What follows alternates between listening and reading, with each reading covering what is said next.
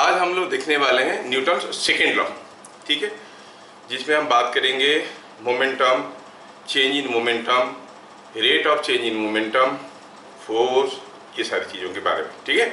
तो let us systematically approach. It's a very easy chapter, many of the things are known to you. आज हम लोग Newton fast law तो देख चुके हैं, inertia of rest and inertia of motion. अब सेकेंड लॉ देखेंगे, कंजर्वेशन ऑफ मोमेंटम भी देखेंगे और रिलेटेड न्यूमेरिकल्स भी देखेंगे, ठीक है। इसके अगले में हम लोग पढ़ने वाले हैं फ्रिक्शन चैप्टर, ठीक। तो न्यूटन सेकेंड लॉ का शुरुआत करते हैं। जो आपको मालूम है उसी के बारे में लिखने चाहता हूं मैं। Momentum, you know the formula, it is denoted by P, it's a vector given by m into v. The product of mass and velocity is called momentum, ठीक है, product of mass and velocity, ठीक है। अब यहाँ पर थोड़ा सा अगर हम लोग माइन्यूटली देखें तो Newton's laws are design only for point masses. तो यहाँ पर जो v रेफर कर रहा है वो v इज क्या है, वो v is velocity of the point mass. आप कहोगे why momentum is given by mass into velocity? No, momentum is not given by mass into velocity, it is the product of mass and velocity is called momentum, otherwise है, ठीक है। जैसे आप कहोगे कि मेरा नाम अंशुमान पंडा है, मेरा नाम पंडा क्यों है? पंडा इसलिए नहीं है कि तुम्हारे पापा से जो भी पैदा हुए होंगे वो पंडा ही होगा, ऐसा नियम है। मास एंड वेलोसिटी का प्रोडक्ट को हम मोमेंटम कहते हैं, क्योंकि it refers to how forcefully a body is moving, कितनी जोर से कोई बॉडी मूव कर रहा है, कितना फोर्सफुली बॉडी मूव कर रहा है। मान लो कोई चीज़ फेंक के आपको मारेंगे तो आपको कितनी जोर से लगेगा, वो इसके mass as well as velocity दोनों के ऊपर डिपेंड करता है। So the product is called momentum. Well, it's a vector quantity, so simple thing, कोई भी मास की वेलोसिटी के साथ मल्टीप्लाई करो, मोमेंटम मिल जाएगा आपको, मास इनटू वेलोसिटी। यूनिट क्या हो जाएगा? Obviously unit will be kg metre per second, ठीक है। जैसे मैं कहूँ कि यहाँ पर कोई एक ब्लॉक है, सपोज ये कोई 2 kg का मास है और ये इधर जा रहा है से something like 4 metre per second, और सपोज यहाँ पे कोई एक ब्लॉक है, ये मान लो 3 kg का है और ये इधर जा रहा है से something with 1 metre per second. आपको पूछा गया total momentum of the system, तो ये वेक्टर है तो इसीलिए हम वेक्टोरियली जोड़ देंगे। इसका momentum is in the direction of X axis, so will say it is 8 I cap. इसका momentum is in the opposite direction of X axis, so will write -3 I cap. 2 into 4 is 8, 3 into 1 is -3, तो ये हो गया, it is coming out to be 5 i cap kg metre per second. और अगर आपको कहा गया here is a case where a block of 4 kg is moving with 2 meter per second, and suppose here is another block say of 2 kg moving with 3 meter per second. कोई अगर पूछेगा what is the total momentum, you say total momentum is a vector, obviously it will be 8 in this direction, 4 into 2 is 8 I cap। मैं जल्दी जल्दी बता रहा हूँ क्योंकि सारी चीजें सबको मालूम है। 8 आई कैप प्लस ये in the direction of y axis हुआ तो हम इसको लिख सकते हैं 6 जे कैप। और अगर कोई मैग्नीट्यूड पूछा तो हम कह सकते हैं magnitude of the total momentum is 8 का स्क्वायर 6 का square whole over that is 10 kg metre per second. तो total momentum of a system will be required. आगे चल के हम लोग जब कंजर्वेशन ऑफ मोमेंटम करेंगे तो टोटल मोमेंटम क्या होगा वो जानने की जरूरत पड़ेगा, इसलिए मैं बताया कोई एक सिस्टम का टोटल मोमेंटम निकालना है तो you can just go for the vector addition of momentum, क्योंकि momentum is a vector quantity. यहां तक की चीजें सबको बहुत आसानी से समझ में आया होगा। आगे बढ़ते हैं। पॉइंट नंबर 2, हमें मालूम है कि kinetic energy of a body, kinetic energy of a body is given by half mv square। तो हम इन टर्म्स ऑफ मोमेंटम लिखेंगे फॉर ए रिजिड बॉडी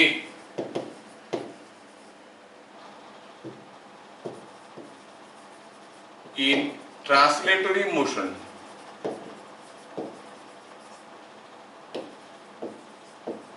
हम कह सकते हैं कि kinetic energy is equal to half m v square, और इसको आप लिख सकते हो m square v square by 2m, जिसको आप कह सकते हो P square by 2m।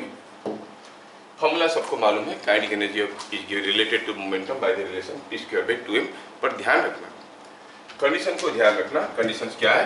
Condition ये है कि it must be A rigid body and it must be in translatory motion, क्योंकि जो काइनेटिक एनर्जी का फॉर्मूला हम लोग यहाँ पर लिए हैं वो क्या है? लीनियर काइनेटिक एनर्जी का फॉर्मूला है, ट्रांसलेशनल काइनेटिक एनर्जी का फॉर्मूला है half m v square. Just for sake of example, suppose हम कहेंगे कि हमारे पास कोई एक डिस्क है, ये डिस्क सपोज हम कहेंगे ये डिस्क जो है ये घूम रहा है, ऐसे घूम रहा है। Now let us see what is the momentum.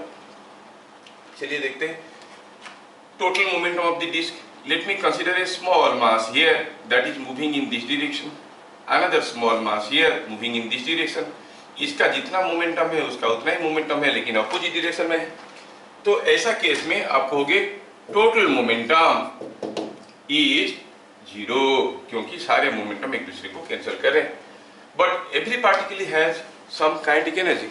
ये छोटे से मास का कुछ काइनेटिक एनर्जी है, हाफ एम वी स्क्वायर लगा के निकाल सकते हो। इसका भी काइनेटिक एनर्जी है, और kinetic energy being an energy ये scalar quantity. Total kinetic energy निकालेंगे तो डायरेक्शन को नहीं देखना है, जस्ट जोड़ना है। तो आप कहोगे यहाँ पर जो टोटल काइनेटिक एनर्जी है बॉडी का, ये ट्रांसलेशनल काइनेटिक एनर्जी जो है वो 0 है, सॉरी 0 नहीं है। मतलब इस केस में आप ये नहीं कह सकते हो कि kinetic energy is equal to P square by 2m। आप इसको पी स्क्वायर बाई 2m नहीं कह सकते हो। यू कैन नॉट से kinetic energy is p square by 2m। ठीक है, क्यों नहीं कह सकते? क्योंकि the body is not in translational motion, it is in rotational motion. अगर बात करें दूसरी केस का, रिजिड बॉडी का, रिजिड बॉडी किसको कहते हैं? अनदर एग्जांपल लेते हैं। रिजिड बॉडी किसको कहते हैं? कोई बॉडी का दो पॉइंट के बीच में अगर डिस्टेंस कांस्टेंट रहता है, distance, I am not talking about displacement, I am talking about distance. अगर distance between 2 points is constant irrespective of its motion, irrespective of its position, तो हम कहेंगे वो रिजिड बॉडी है। जैसे ये पेन है, इसको मैं कैसे भी फेंकूं, ये एंड से ये एंड का डिस्टेंस तो कांस्टेंट है। ये पेन ऐसे से करके जाए, सीधा जाए, टेढ़ा जाए, कैसे भी जाए, ऐसे रखे, distance is constant, so you say it is a rigid body. Rigid body के केस में अगर ट्रांसलेटरी मोशन हो रहा है तो kinetic energy will be equal to P square by 2m, otherwise not. Let me give you an example.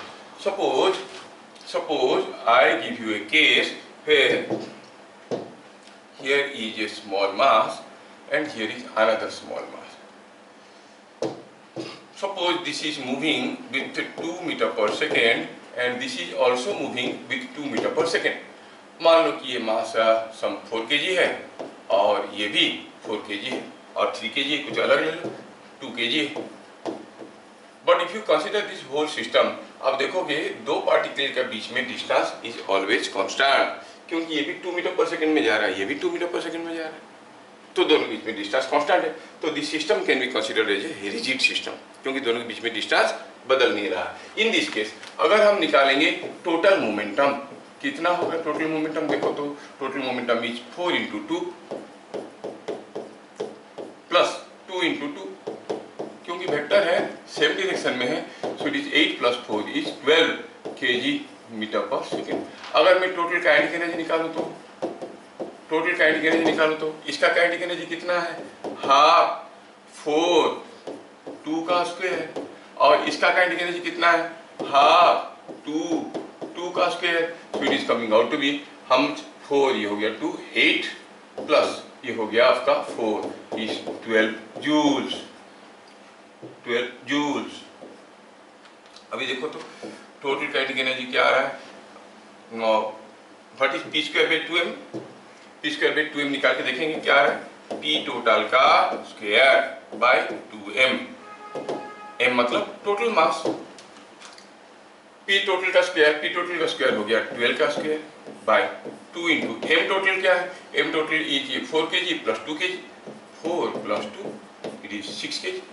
So is it not coming out to be same age 12 joules? Yes.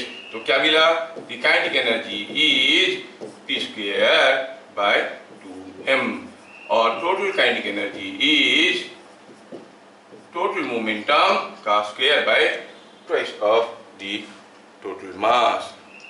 ये ऐसे इसलिए हुआ क्योंकि दोनों मास बराबर स्पीड में जा रहे थे. अगर ये दोनों मास बराबर स्पीड में नहीं जाते, थोड़ा सा खाली डायरेक्शन भी बदल देंगे, suppose I change the direction of motion, I repeat the same question again, थोड़ा सा हम इसमें बदलाव लाना चाहते हैं. Okay, let me go for the next page and see. देखिए अब मैं क्या करता हूं, इस केस में जो वेलोसिटी था ये 2 मीटर पर सेकेंड था, चलो इसको हम थोड़ा सा बदल देते हैं, let us make it 4 metre per second. Now what you observe that the distance between the particles is changing, the system is not rigid, system rigid नहीं है. तो फिर क्या करना पड़ेगा टोटल मोमेंटम देखने के लिए, ये हो गया 8 और ये भी हो गया 2 इंटू 4, ये हो गया 8, so it is coming out to be 16 kg metre per second. और what about kinetic energy, half 4 2 square plus half 2 into 4 square, 2 into 4 square करो, देखो क्या आ रहा है, 2 इंटू 4 स्क्वायर करेंगे तो ये कुछ ऐसे आया, ये आया 8 और ये आया कितना 16, तो टोटल हो गया 24 जूल्स. लेकिन ऐसा केस में क्या आप टोटल काइनेटिक एनर्जी को टोटल मोमेंटम का square bye twice of mass total लिख सकते हो? नहीं लिख सकते हो. चेक करके देखो, total kinetic energy was 24 joules और p स्क्वायर बाय 2m करके निकालो, it will not come 24 joules. Why? Because the system is not rigid, the distance between the particles is not remaining constant. क्या बात समझ में आया? Yes sir. हाँ, p square by 2m formula सबको मालूम है, बट इसकी कंडीशंस जानना जरूरी है. Now will go for note point number 3.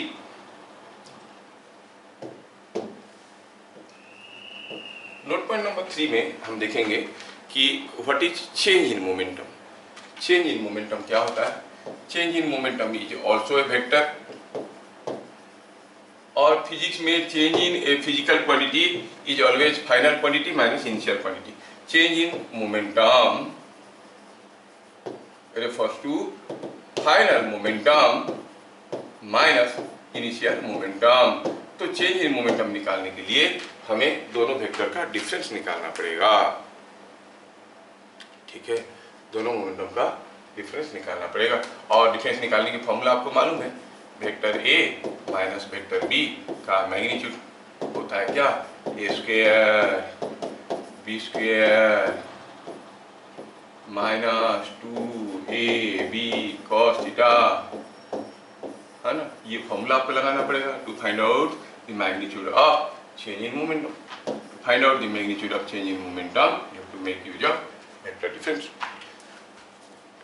समझ में आया? तो it is always final momentum minus initial momentum. Just for sake of example मैं आपको एक क्वेश्चन देना चाहता हूँ कि supposing here is a wall. Now a ball say of 2 kg was thrown towards the wall, normal to the wall, with 10 meter per second. It strikes the wall and bounces back. It strikes the wall and bounces back. ऐसे गया और ऐसे वापस आया. जब वो ball वापस आ रहा था से उसका स्पीड था 6 मीटर पर सेकेंड. हमें पता करना है what is the magnitude and direction of change in momentum. तो to know the magnitude and direction of change in momentum हम कहेंगे कि इनिशियल मोमेंटम क्या था. Initial momentum was 2 into 10. 2 into 10 I will say I kept because this is in the direction of positive X axis. चीज़ें आपको मालूम है इसलिए मैं ज़्यादा डिटेल में नहीं जा रहा हूँ, आपको मालूम है, जल्दी जल्दी कर लोगे. फाइनल मोमेंटम क्या है? Final momentum is in the opposite direction. 2 kg मास है तो it is 2 into 6 but in opposite direction, so minus I cap. So now change in momentum निकालना है तो फाइनल माइनस इनिशियल करना है, ये याद रखना है। फाइनल माइनस इनिशियल क्या हो गया ये? Minus 12 i cap minus 2 into 10 20 i cap is minus 32 i cap kg metre per second. मतलब change in momentum is in the direction away from the wall. समझ में आया? Yes. You can take one more example.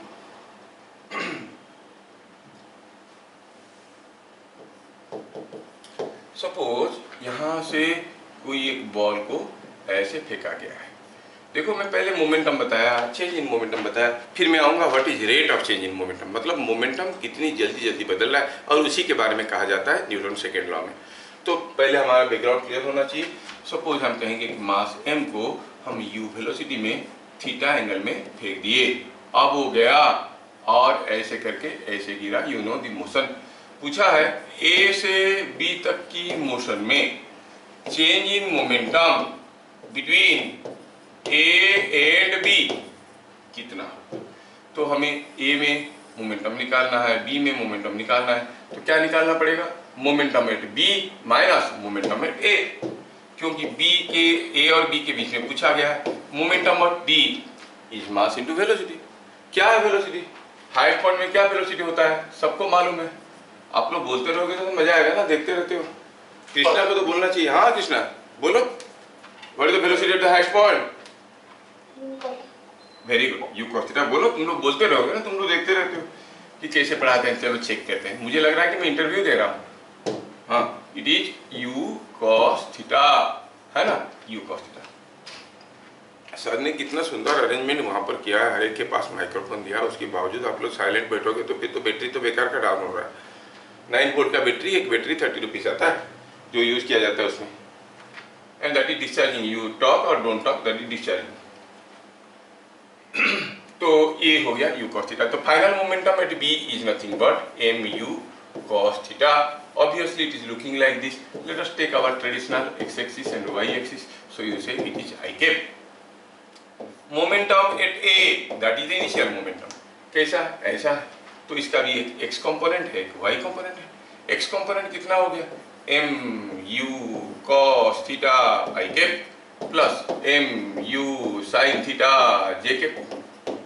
अभी अगर कोई पूछेगा change in momentum कितना है बताओ, कहां से? ए से बी के बीच में, मतलब final momentum minus initial momentum. Initial momentum मतलब ए, माइनस करो, PB minus P, this minus this करेंगे तो मिलेगा minus M U sine theta J के। अब ये मोमेंटम और चेंज इन मोमेंटम की जब बात चलेगा, मैग्नीट्यूड जानना खाली काफी नहीं रहेगा, डायरेक्शन भी जानना है। क्या पता चला? Minus M U sine theta J cap means downwards. ठीक है, खैर आपके दिमाग में आ रहा होगा the momentum depends upon mass and velocity and change in momentum obviously depends upon the mass and velocity only, क्योंकि final momentum minus initial momentum करते हैं और each individual momentum depends upon mass and velocity. आगे चल के देखेंगे change in momentum is independent of mass and velocity, उसके ऊपर डिपेंड ही नहीं करता है। सबर करो, आगे चल के देखेंगे। मास कुछ भी हो, वेलोसिटी कुछ भी हो, change in momentum is independent of mass and velocity. I hope you have understood how to find change in momentum, है ना। मैं अब उम्मीद करूंगा कि आप एक छोटे से क्वेश्चन का आंसर दोगे। Suppose I say here is A floor और कोई एक बॉल ऐसे आया, ऐसे टकराया और ऐसे निकल गया, ठीक है। और ये बॉल का मास है से something like 10 metre per second, हाँ सॉरी 10 kg। आया क्या स्पीड में? ये आया कुछ 6 कुछ आया 8 मीटर पर सेकेंड में और गया इधर क्या स्पीड में? चलो मानते हैं 6 मीटर पर सेकेंड में। और दिया गया है कि यहाँ पर फिगर में दिया गया है कि छोटे छोटे क्वेश्चन ऐसे आएंगे। हम लोग क्लास के जरिए हरदम डिफिकल्ट क्वेश्चन करने की कोशिश करते हैं, but you see your previous year questions. Suppose ये एंगल दिया है 30 डिग्री और ये एंगल दिया है 30 डिग्री। आपको पूछा गया है find delta P means change in momentum का मैग्नीट्यूड ड्यूरिंग कोलिजन। आपको चेंज इन मोमेंटम का मैग्नीट्यूड पूछा है, डायरेक्शन नहीं पूछा। डायरेक्शन निकालना भी तो निकाल सकते। We can find out this momentum is in terms of x and y components, this momentum in terms of x and y components, get the difference, but magnitude पूछा है। अब हमें निकालना है चेंज इन मोमेंटम का magnitude, मतलब it is final momentum minus initial momentum का magnitude, मतलब फाइनल मोमेंटम का स्क्वायर प्लस इनिशियल मोमेंटम का square minus twice of final momentum into initial momentum, you know vector subtraction, into cos theta whole root over, है ना, whole root over निकालना है हमें। Final momentum क्या है भाई, ये कौन सा मास था, 10 kg का मास था। अच्छा ठीक है, 10 into 6 it is 60 का स्क्वायर।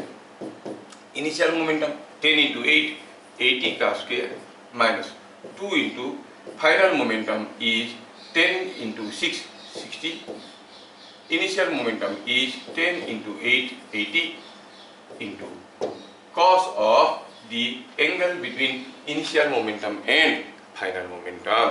क्या आप मेरी मदद कर सकते हो बताने में what will be the angle between final and initial momentum? हाँ देखो, ये एंगल अगर 30 है भैया, तो ये एंगल अगर 30 है तो ये एंगल 60 है, ये 60 है तो ये भी 60 है, तो ये पूरा एंगल हो गया 90, है ना। ये 60 हुआ तो ये भी 60 हुआ, तो cos 90।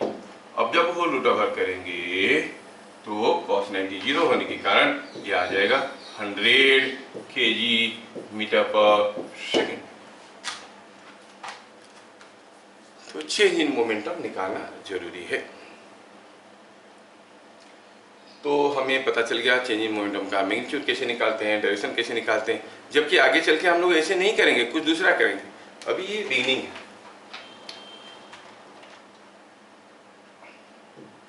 Now we come for point number 4, Newton's second law. बड़ा पावरफुल लॉ है। This law defines force. This law defines force, magnitude के बारे में बात करता है, ठीक है। और फोर्स को कैसे डिफाइन करता है, इन टर्म्स ऑफ इट्स एग्जीबिशंस, मतलब फोर्स का इफेक्ट की तौर से, इफेक्ट को देख के फोर्स को मेजर करने की तरीका बताता है। कहता है कि पॉइंट वाइज देखेंगे, पूरा लॉ को नहीं लिखेंगे। Whenever an external unbalanced force, whenever an external unbalanced force acts on a body, it undergoes, जिस बॉडी के ऊपर फोर्स आएगा उस बॉडी के साथ क्या होगा, क्या होगा, it undergoes change in momentum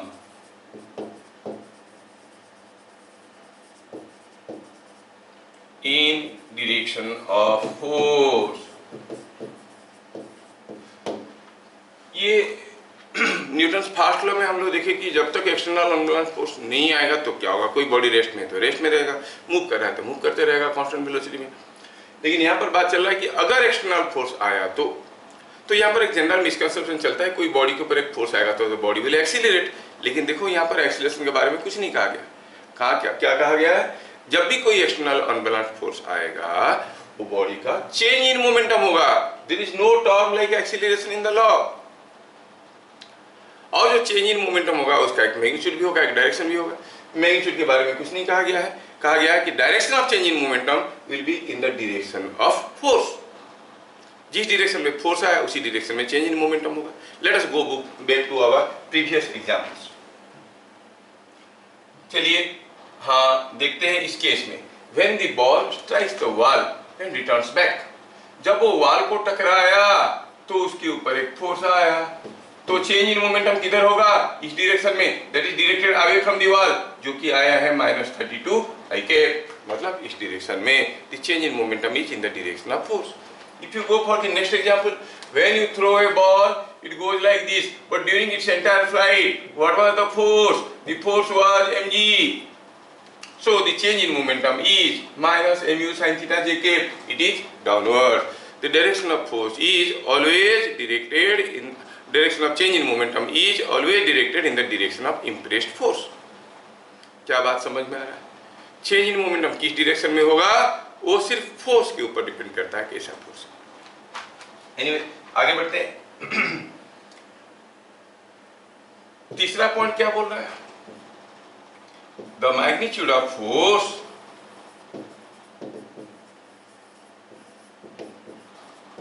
is equal to the rate of change in momentum। ये rate of change in momentum के ऊपर डिपेंड करता है। जो फोर्स है उसका मैग्नीट्यूड क्या होगा? It will be equal to rate of change in momentum, मतलब the magnitude of force is equal to rate of change in momentum. कितनी जल्दी जल्दी मोमेंटम बदल रहा है? Delta P by delta T. क्या बात समझ में आया? Yes, sir. मतलब ये हुआ कि मोमेंटम अगर जल्दी जल्दी बदल रहा होगा तो ज्यादा फोर्स होगा, धीरे धीरे बदल रहा होगा तो कम फोर्स होगा। जल्दी जल्दी बदल रहा है मतलब rate of change is more, धीरे धीरे बदल रहा है तो rate of change is less. जल्दी जल्दी मोमेंटम बदलने के लिए ज्यादा फोर्स की जरूरत है, धीरे धीरे मोमेंटम बदलने के लिए कम फोर्स की जरूरत है। All these experiences you have. जैसे मान लो किसी एक ऊंचाई से आप हार्ड ग्राउंड पे जंप करोगे। जब आप हार्ड ग्राउंड पे जंप करते हो तो क्या होता है कि the moment you come in contact with the ground immediately your body assumes rest, क्योंकि आगे तो अंदर नहीं जा सकता। तो मोमेंटम जो आपका बॉडी का था स्ट्राइक करने से पहले सडनली रेस्ट में आ गया, तो there is a sudden change in momentum, you get a stronger force. अगर if you jump from a height to a heap of sand, कहीं बालू रखा हुआ है, आप जंप किए, तो जैसे आप जंप किए your foot come in contact with the sand, तो ये इमीडिएटली रेस्ट में नहीं आता है, कुछ दूर तक धंस जाता है। जब कुछ दूर तक धंस जाता है तो to change the momentum it takes some time, that means the rate of change in momentum is less, so force will be less. So hard ground पे जंप करना डिफिकल्ट होता है, जबकि हिप ऑफ सैंड के ऊपर jump करना आसान होता है। नॉट ओनली दैट, किसी अगर हार्ड ग्राउंड के ऊपर हम जंप करते हैं, ये हमारा जनरल कन्वीनियंस है, हम जानते हैं कि जंप करते वक्त हम सीधे खंबे जैसे खड़े नहीं रहते, क्या करते हैं जंप करने के साथ साथ थोड़ा ऐसे कर लेते हैं। जब ऐसे कर लेते हैं मतलब जो बॉडी का ऊपर पार्ट है उसका मोमेंटम को जीरो लाने के लिए we take some time, so you get lesser force. आपको कहा जाएगा you don't bend yourself and jump from the desk. आपके सामने जो डेस्क रखा है उसके ऊपर से जंप करना है, बेंड नहीं करना है अपने आप को, you will get a severe pain, क्योंकि force will be very strong. लेकिन जंप करने के साथ साथ थोड़ा ऐसे कर देते हैं तो your rate of change in momentum is decreasing, force is decreasing. समझ में आया? टीचर मारते हैं क्लास में, टीचर मारते हैं, जब टीचर ऐसे हाथ में मारते हैं हम लोग क्या करते हैं? भाई कन्वीनियंस हम जानते हैं, छोटे बच्चों को ही मालूम है, जब वो मारेंगे हाथ को थोड़ा ऐसे कर लेना है, मारेंगे तो हाथ को ऐसे कर लेना है, मतलब टीचर का डंडा हाथ पे पहुंचा कुछ मोमेंटम लेके। अगर हाथ को ऐसे ही रिजिड रखोगे लगेगा तो जोर से लगेगा, तो आप हाथ को थोड़ा ऐसे कर लोगे तो उसका मोमेंटम को जीरो करने के लिए कुछ समय लगेगा, तो rate of change in momentum will be less, you will get lesser pain. हाथ अगर सीधे ऐसे रखोगे रिजिडली और मारेगा तो ज्यादा दर्द होगा, हाथ को ऐसे कर दोगे तो कम दर्द होगा। तो छोटे बच्चों को भी चीजें मालूम है, जो मारते हैं टीचर हाथ ऐसे करते हैं, टीचर भी खुश कि मैं मार लिया, बच्चे भी खुश कि मैं न्यूटन सेकेंड लॉ को यूज करके लेसर पेन पा रहा हूँ, है ना। क्रिकेट बॉल कोई कैच करता है तो बॉल जैसे आया कैच किया तो हाथ को ऐसे खींच लेता है टू गेट लेसर पेन, क्योंकि मोमेंटम को जीरो करने के लिए उसको कुछ समय लगा। क्या बात समझ में आ रहा है? Rate of change in momentum is the magnitude of force. ठीक है, ये सारा एग्जाम्पल मैं इसलिए दिया क्योंकि ये भी लिटिल क्वेश्चंस में आता है, तो इस सबको नहीं लिखेंगे, आप लोगों को समझ में आ रहा है। तो न्यूटन्स लॉ से हमें जो चीजें दिखाई दिया उसको थोड़ा डिटेल्स में अभी शुरू करते हैं। Point number 5, we have understood that the force is rate of change in momentum, और क्या है यूनिट? चेंज इन मोमेंटम हुआ kg मीटर पर सेकेंड और ये टाइम हुआ second, so it is coming out to be kg metre per second square, जिसको Newton अपनी नाम पे डाल दिए न्यूटन, क्योंकि खुद निकाले हैं। उतना तो क्रेडिट जाता है, इतना मेहनत करके निकाले तो अपना नाम डाल दिए। और आपको मालूम होगा कि 1 Newton is equal to 10 to the power 5 dynes in CGS unit system. What is 1 dyne? Gram centimeter per second square. There is another unit of force that is called gravitational unit, kg force. 1 kg force is nothing but weight of 1 kg. That is same as 10 Newton mg. 1 into g, 10 Newton, which is same as 10 to the power 6 dynes. These are the units of force, you know. ठीक है, तो you have got Newton, dyne and kg force. ठीक है, और हम लोग कौन सा यूनिट यूज करते हैं ज्यादा बताओ? हम कौन सा यूनिट यूज करते हैं डे टू डे लाइफ में? न्यूटन या डाइन? क्या आप बाजार में जाते हो तो बोलते हो कि 20 न्यूटन आलू दो, वो आलू फेंक के मारेगा आपको, है ना? मतलब क्या है नया 20 न्यूटन आलू बोल रहे हो? बोलते हो 20 केजी आलू दो। 20 केजी बोलते वक्त आप केजी फोर्स के बारे में बोल रहे हो, मतलब we are talking about the weight. 20 kg आलू दो मतलब अब केजी फोर्स की बात कर रहे हो, तो फोर्स आप नहीं बोलते हो। समझ में आया? अच्छा, ये हो गया पॉइंट नंबर 5। पॉइंट नंबर 6, हम जानते हैं कि हमारा फोर्स एक वेक्टर है, जिसको चाहे तो हम कुछ ऐसे लिख सकते हैं, और चेंज इन मोमेंटम भी तो एक वेक्टर है, जिसको आप चाहो तो लिख सकते हो डेल्टा पी एक्स आई के plus delta P Y J के। इसे पता ये चलता है कि F is equal to D P by D T. यहां से क्या मिला कि F X is equal to delta P X और D P X by D T. F Y is equal to D P Y by D T. क्या चीजें समझ में आ रहा? ये डी टी क्या है? D T is the time interval in which the change in momentum is delta P. So delta P by delta T is giving you force. Okay, तो ये हो गया एफ एक्स हो गया D P x by D T. इसका मतलब ये है कि अगर कोई बॉडी के ऊपर फोर्स आता है in the direction of X axis, उसका हॉरिजॉन्टल मोमेंटम बदलेगा। डेल्टा पी एक्स कितना हो जाएगा? Delta P x by delta T will be F X. अगर फोर्स आया वाई डायरेक्शन में फोर्स आया तो वर्टिकल मोमेंटम बदलेगा। So horizontal force causes a horizontal change in momentum. क्यों? The change in momentum is in the direction of force. अगर आप horizontal force लगाओगे, change in momentum will be in the horizontal direction. Vertical force लगाओगे, change in momentum will be the vertical direction. Just for sake of example, suppose हम कहेंगे यहाँ पे कोई एक बॉल को ऐसे फेंका गया और ये जंप करके ऐसे निकल गया। सपोज हम कहेंगे कि ये बॉल का मास m है और मैं फेंका इसको u स्पीड में और ये गया इधर v स्पीड में। सपोज ये दिया गया कि ये स्मूथ फ्लो है, कोई फ्रिक्शन नहीं है, और ये दिया गया है कि एंगल अल्फा है, ये एंगल बीटा है। Suppose just for sake of example हमें पूछा गया है find u by v। u by v पूछा गया है। अब देखो ये बॉल आया, टकरा के गया, टकराया तो फोर्स आया होगा? नहीं, फोर्स आया होगा। अच्छा, जो फोर्स यहाँ पर आया होगा वो फोर्स किस डायरेक्शन में होगा भाई? स्मूथ है, कोई फ्रिक्शन तो नहीं होगा, so it must be in the upward direction. ऐसा फोर्स है। इसका मतलब कौन सा मोमेंटम बदलेगा? Momentum in the vertical direction will change. Is there any force in the horizontal direction on the ball during its collision? No, so horizontal momentum will be zero. तो आप क्या कहोगे? आप कहोगे एफ एक्स जीरो है। इसका मतलब delta P x by delta t ई जीरो है, मतलब delta P x is equal to zero है, मतलब p x initial must be equal to px final momentum in the x direction and initial momentum in the x direction has to be same. Clear? Final momentum in the x direction क्या था? Initial momentum क्या था?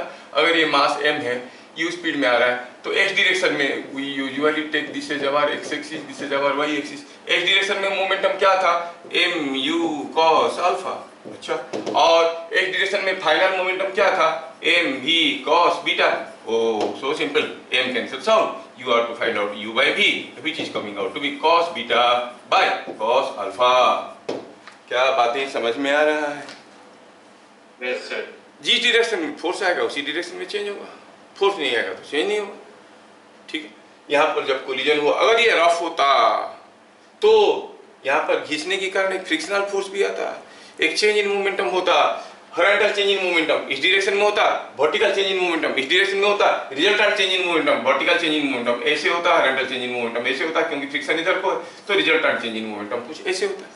इतना भी पूछ लेंगे वो लोग। A ball strikes and goes, what is the probable direction of change in momentum? Rather, we'll write that question also here because that's an important question.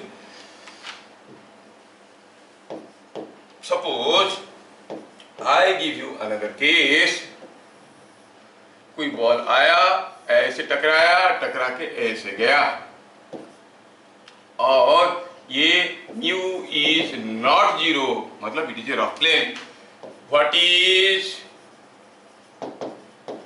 probable direction of change in momentum? मैं question को थोड़ा बदल दूंगा अभी, क्योंकि अभी अभी तो बता दिया, तुम लोग तुरंत बता दोगे।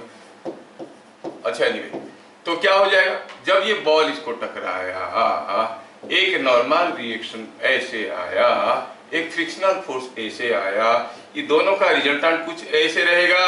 The resultant of these two forces will be somewhat in this direction.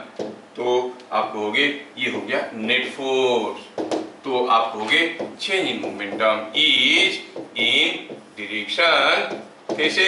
ऐसा, इस डायरेक्शन में होगा। तो नीचे ऑप्शन दे देंगे, बहुत सारे ऑप्शन दे देंगे, कौन सा डायरेक्शन में चेंज इन मोमेंटम होगा। आप बोलोगे इस डायरेक्शन में होगा, क्योंकि फोर्स जैसे आया चेंज इन मोमेंटम उस डायरेक्शन में होना जरूरी है। मैं नहीं बोला, न्यूटन बोले। Whenever an external angular force acts on a body, the body undergoes change in momentum in the direction of force. Clear? Okay. ये हम लोग देख लिए अभी पॉइंट नंबर 5 में, पॉइंट नंबर 6 में देख लिए, पॉइंट नंबर 7 में आएंगे।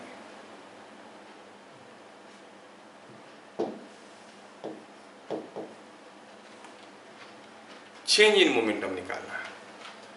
चेंज इन मोमेंटम निकालना है तो आप जानते हो कि it is force into delta T, force into time. Change in momentum is force into time. इसका मतलब हुआ हम कहेंगे कि the final momentum minus initial momentum, the change in momentum is force into time period of action of force. कितनी समय के लिए फोर्स आ रहा था, that is the change in momentum. ध्यान रहे कि अगर हम कहेंगे यहां से, मान लो कि सपोज हम कहेंगे कि यहां से कोई एक मास को हमने u वेलोसिटी में फेंका थीटा एंगल में। थोड़ी देर पहले हम लोग ये क्वेश्चन किए थे कि गया ऐसे, ऐसे गया, ऐसे गिरा। जब a से b तक जाएगा चेंज इन मोमेंटम कितना होगा, और आपको याद होगा चेंज इन मोमेंटम पूछा है delta p between a to b motion में पता करना है। तो हम क्या किए थे, पहले फाइनल मोमेंटम निकाले थे, इनिशियल मोमेंटम निकाले थे, डिफरेंस निकाले थे, किए थे हम लोग। I remember it was coming out to be minus mg sin theta, और ऐसे कुछ था। हम या तो आप final momentum minus initial momentum करो, हम लोग थोड़ी देर पहले किए। When to see the answer, it was how much, mu minus mu। हाँ, माइनस mu sin थीटा ऐसे था, माइनस mu sin थीटा। ठीक है, अगर ये माइनस mu sin थीटा था हमें पहले से मालूम है। अभी हम दूसरा तरीके से करना चाहते हैं। Delta p a to b में हमें मालूम है it is the force into time for which it is acting. What was the force during the motion? The force was mg। And what was the time? आप जानते हो total time होता है 2u sin theta by g, तो यहां से यहां तक हो जाएगा u sin theta by g। तो क्या हो गया, ये g को कैंसिल कर गया, it is coming mu sin theta. I'm talking about the magnitude of change in momentum. Direction क्या? Direction is in the direction of force. So this is downwards. तो चेंज इन मोमेंटम निकालने के लिए या तो आप final momentum minus initial momentum करो, या फिर फोर्स इनटू टाइम करो, कितना फोर्स आया, कितना समय के लिए आया। Force and time both all together will decide the magnitude and direction of change in momentum. Change in momentum will be in the direction of force. Magnitude of change in momentum will be product of magnitude of force and time. क्या मैं समझा पा रहा हूँ? Yes, sir. तो अगर मैं बस आपकी समझदारी चेक करने के लिए पूछूं कि यहाँ से कोई एक मास m को मैं u वेलोसिटी में फेंका, थीटा एंगल में, वो गया ऐसे, गिरा ऐसे, during the entire motion find delta p during entire motion. 2 mu, sir. हाँ देखो, ड्यूरिंग एंटायर मोशन कितना होगा, आप कहोगे it is changing momentum is force into time, force तो था mg, और कितना समय लगा उसको, 2u साइन थीटा बाई जी को खा गया, it is 2mu sine theta. किस डायरेक्शन में, ये तो था मैग्नीट्यूड, ये किस डायरेक्शन में, इन द डायरेक्शन ऑफ फोर्स। क्या फोर्स था, mg, किधर को था, downward, so it is downward. तो चेंज इन मोमेंटम निकालने के लिए हम फोर्स इनटू टाइम को मल्टीप्लाई कर दिए। क्या बात समझ में आया? Yes, sir. Okay, now let us go for the next point. ये पॉइंट नंबर 7 था। Point number 8,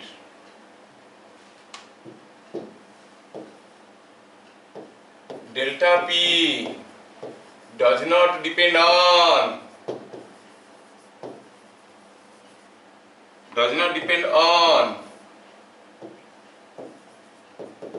initial and final momentum.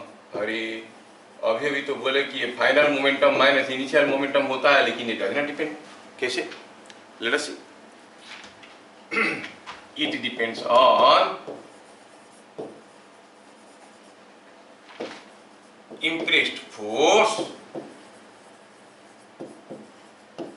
and time of application of force.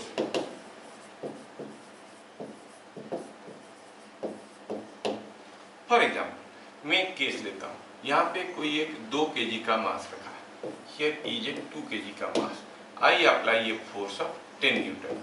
ये मास पहले क्या था, रेस्ट में था, ये रेस्ट में था, मैं इसके ऊपर 10 न्यूटन फोर्स लगाया and this block starts moving. ये ब्लॉक मूव करने लगा। जब तक ये ब्लॉक यहाँ पर पहुंचा, सपोज हम कहेंगे ये ब्लॉक यहाँ पे पहुंचा, और कितना समय लिया यहाँ से यहाँ तक जाने के लिए, suppose the block takes something 5 seconds. Obviously इसके पास अभी कुछ वेलोसिटी होगा, है ना, वेलोसिटी होगा। तो चलो इन जनरल इसको ले लेते हैं।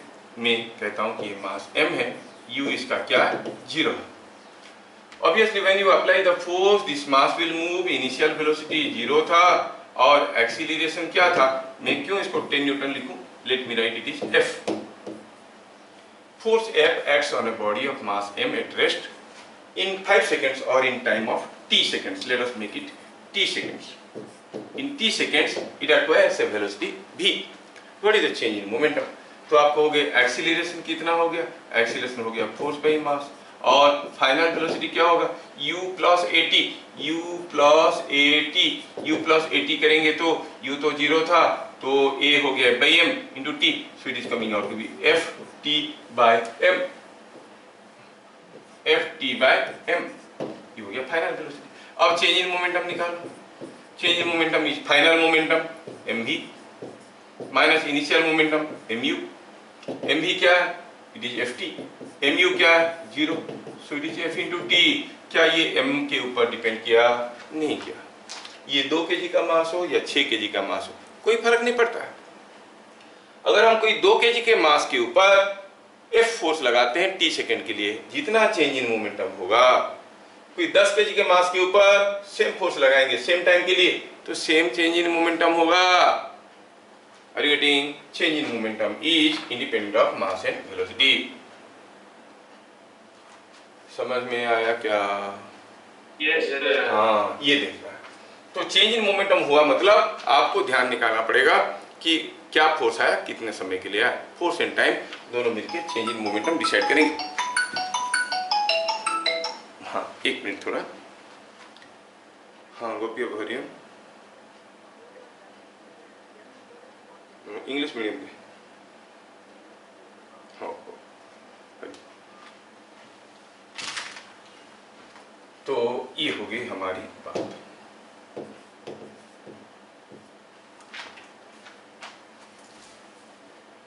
हम लोग जोर से भाग रहे हैं कि ठीक ठाक चल रहा है? अध्यक्ष साहब, आर यू कंफर्टेबल? यस, क्योंकि इजी है ना ये सब चीजें, तुम लोगों को मालूम है, इसमें ज्यादा समय क्या गवाना है, तुम लोगों को मालूम है, तो थोड़ा मुझे जल्दी जल्दी करना पड़ता है। अगर समझ में आया तो मैं आपको एक छोटा सा क्वेश्चन पूछने वाला हूं, just for sake of example, how you apply your brain. Suppose हम कहेंगे यहाँ पे दो, let me check like this, ये एक स्मूथ फ्लोर है, ये दूसरा स्मूथ फ्लोर है,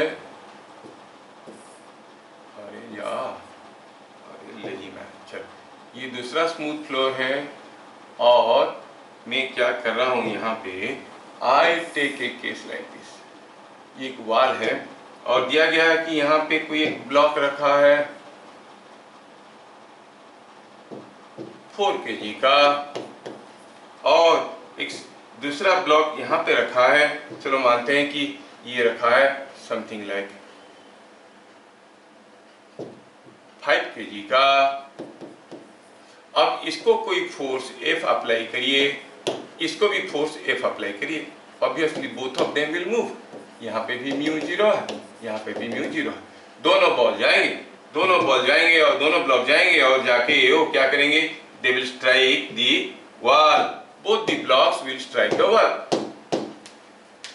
क्वेश्चन ये है, which block strikes the wall with greater momentum, which block strikes the wall with greater momentum. Question है, कौन सा ब्लॉक वॉल को ज्यादा मोमेंटम में मारेगा, which block strikes the wall with greater momentum।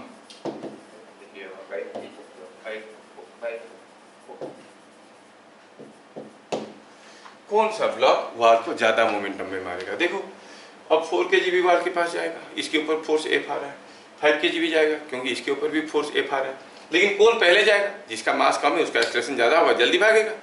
That means on 4 kg the force acts for lesser time, जल्दी पहुंच गया, जबकि 5 kg को जाने के लिए थोड़ा ज्यादा समय लगेगा, मास ज्यादा है तो एक्सेलरेशन कम है, एक्सेलरेशन कम है तो उसको जाने के लिए same distance will take more time, the force acts here for more time, change in momentum is force into time।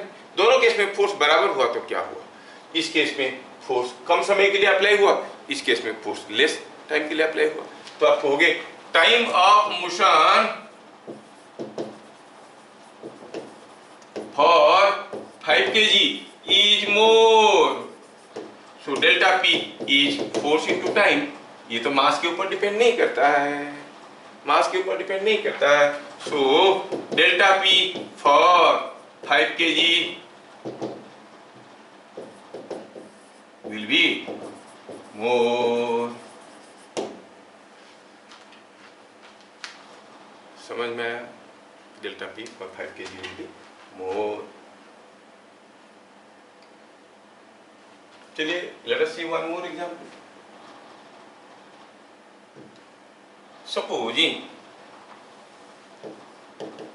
हम कहेंगे कि यहाँ पे कोई एक ऐसा वुडन प्लांक है, और ऐसा एक सिमिलर प्लांक कुछ यहाँ पर भी रखा है, ठीक है, और क्या हुआ कि ये दोनों फिक्स्ड है, they are fixed to the ground, they are fixed to the ground, ये दोनों फिक्स्ड है, both these planks are fixed. Suppose I fire a bullet, कुछ वेलोसिटी v1 में इसके अंदर से छेद करके निकल गया और इधर आया, और निकला v2 में, फिर इसको छेद करके निकल गया और इधर निकला विथ वेलोसिटी v3। बुलेट घुसते हुए निकल गया इनके बीच में, ये तो अपनी जगह डटे हुए। इसके अंदर से बुलेट पार हो गया है, ऐसा करके पार हो गया, इधर भी है ना, छेद करते हुए निकल गया, इस केस में भी छेद करते हुए निकल गया। अब क्वेश्चन क्या है, what is more, v1 minus v2 और v2 माइनस v3, कौन बड़ा है? सोचो, ये छेद करके इसके अंदर से जा रहा है, सिमिलर प्लांक्स है, तो कौन ज्यादा होगा? जब ये इसके अंदर से घुस के जाएगा इसका स्पीड ज्यादा था, जब घुस के गया उसके ऊपर कुछ रेजिस्टेंस फोर्स तो आया होगा, जब ये अंदर से जा रहा होगा कुछ फोर्स आया होगा इसके ऊपर, क्योंकि स्लाइड कर रहा है, तो यहाँ पर भी तो वही फोर्स आया होगा, इसके पास भी वही फोर्स आया होगा। लेकिन इसको पार करने के लिए ज्यादा समय लगेगा कि पहले वाले को पास करने के लिए ज्यादा समय लगेगा कि दूसरे वाले को पास करने के लिए ज्यादा समय लगेगा? क्योंकि यहाँ पर तो स्पीड ज्यादा था ना, सड़क से निकल गया होगा, यहाँ पर स्लो हो गया था, it will take more time to pass through. क्या मेरी बात समझ में आ रहा है? यहाँ पर ज्यादा टाइम लगा, लेकिन फोर्स वही है, दोनों केस में फोर्स बराबर है, तो चेंज इन मोमेंटम यहाँ पर ज्यादा होगा। समझ में आ गया? यहाँ पर चेंज इन मोमेंटम कम होगा। तो सॉल्यूशन में क्या लिखेंगे? इट टेक्स और bullet takes more time to pass through, bullet takes more time to pass through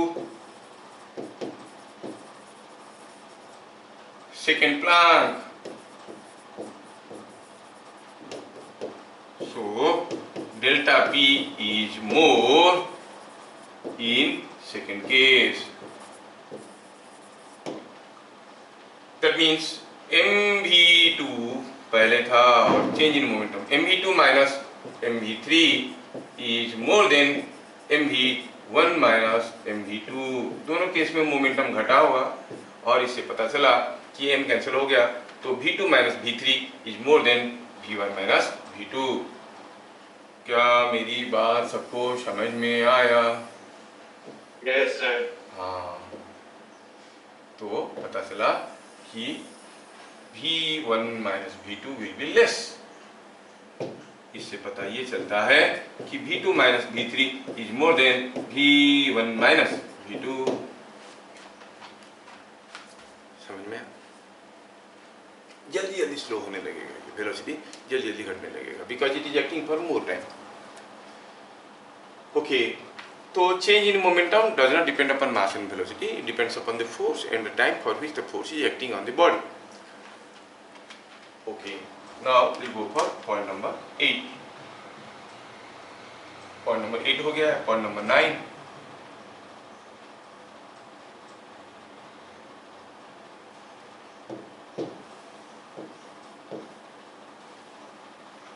तो चेंज इन मोमेंटम क्या हो गया, हमें समझ में आ गया। That change in momentum is given by force into time। ऐसे कर सकते हैं कब? When f is constant, और फोर्स कांस्टेंट है तो फोर्स इनटू टाइम करके आप सीधे सीधे निकाल सकते हो। During that projectile motion we were discussing the force was constant, it was equal to mg, it was equal to mg। So the force was constant, we multiplied force with time to get the change in momentum. Hello,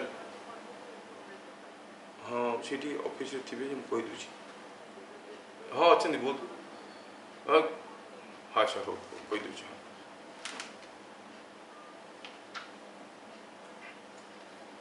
थोड़ा सा स्नेहांशी बहुविज्ञानी, there are some problems, just 1 minute में sort out करता हूँ।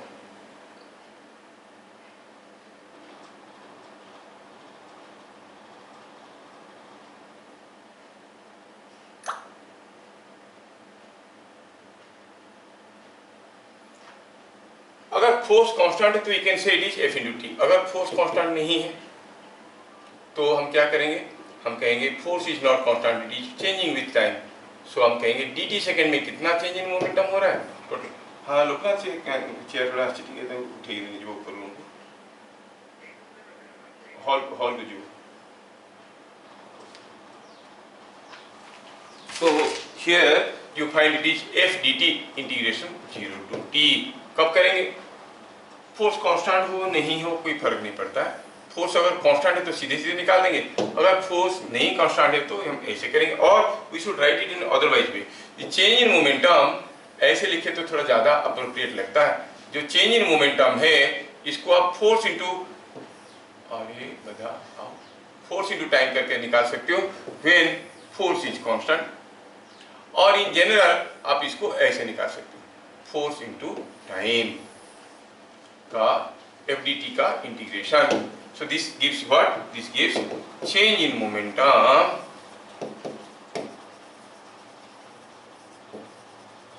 इन t seconds. अगर निकालना है तो आप ऐसे कर सकते हो।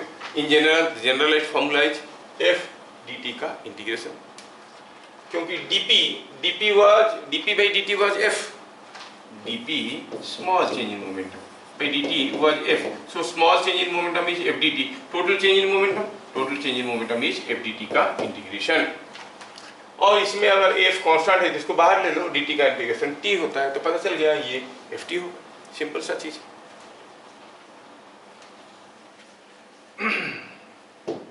ए फोर्स एग्जाम्पल के तौर पे, a force F is equal to 2t plus 3 Newton acts on a body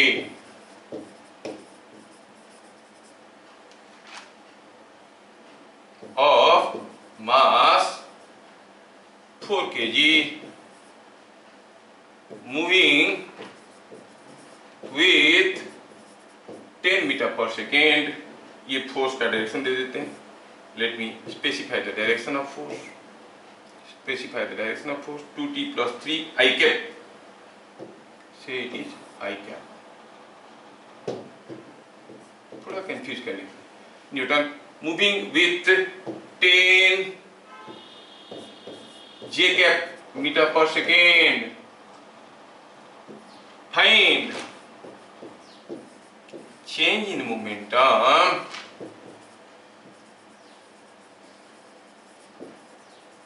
in the interval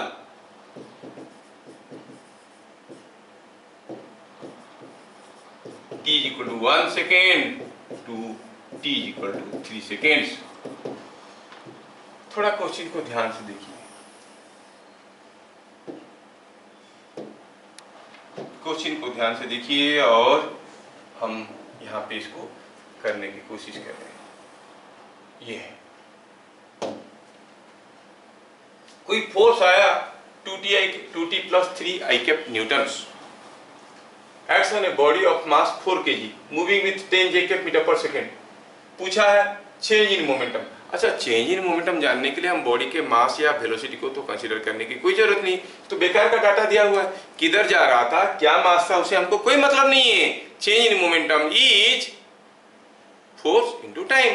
तो यहाँ पर जो फोर्स है वो कांस्टेंट नहीं है, तो हम कहेंगे तो चेंज इन मोमेंटम होगा एफ डी टी, क्योंकि समय के साथ बदल रहा है। इंटीग्रेशन कहां से, t इक्वल टू 1 से t equal to 3 second. F D T मतलब आपको होगी 2t प्लस 3 dt का इंटीग्रेशन 1 to 3। खत्म हो गया चेंज इन मोमेंटम। किस डायरेक्शन में, जिस डायरेक्शन में फोर्स था, it will in the direction of I cap, मतलब in the direction of positive X axis. Body का मास क्या था, वेलोसिटी क्या था, उससे हमको कोई मतलब नहीं है। Change in momentum depends upon the force and the time for which the force is impressed. तो इसका इंटीग्रेशन करेंगे, 2t का इंटीग्रेशन होता है 2t² 2 प्लस 3 का इंटीग्रेशन होता है 3t लिमिटेड फ्रॉम 1 to 2। तो ये बन गया 2 का स्क्वायर 4, ये प्लस 3 12, हाँ सॉरी ये हो गया 6 माइनस लोअर लिमिट डालो तो ये हो गया 1, ये प्लस 3, हाँ 10 minus 4 is 6 kg metre per second. This is the change in momentum. क्या बातें समझ में आया? सर अपर लिमिट 3 है। अपर लिमिट 3 है तो मैं 2 में कर चुका हूँ, तो मैं ज़्यादा मेहनत नहीं करना चाहता हूँ, इसलिए मैं क्या करूँगा, इसको अपर लिमिट को 2 बना दूंगा। मेरे को क्या है, मेरे हाथ में सब कुछ, मैं इसको 2 को 3 कर दूंगा, खत्म। कुछ भी कर सकते हैं, तरीका वही है। ठीक है, क्यों फिर से हम 3 करेंगे, फिर से कैलकुलेशन करेंगे, क्वेश्चन को ही बदल देते हैं। क्या बात समझ में आया? Yes sir. ये था हमारा पॉइंट नंबर, कहाँ गया? ये था point number 9। Point number 10, when a force acts on a body for excuse me, डरो मत, for a very small time, कोई फोर्स किसी बॉडी के ऊपर आया फॉर वेरी स्मॉल टाइम, जैसे किसी टेबल को पुश करके आप एक जगह से दूसरा जगह ले रहे हो तो you are applying some force for a prolonged period. लेकिन जब किसी दीवार पे किसी नेल को ठोक रहे हो हथौड़ी से, पुश तो नहीं करते हो, आप मारते हो उसको, मतलब you are applying a force but for a very small time. तो उसमें भी चेंज इन मोमेंटम होता है।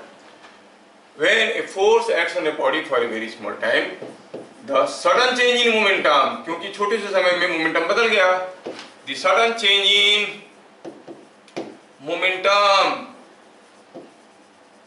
is called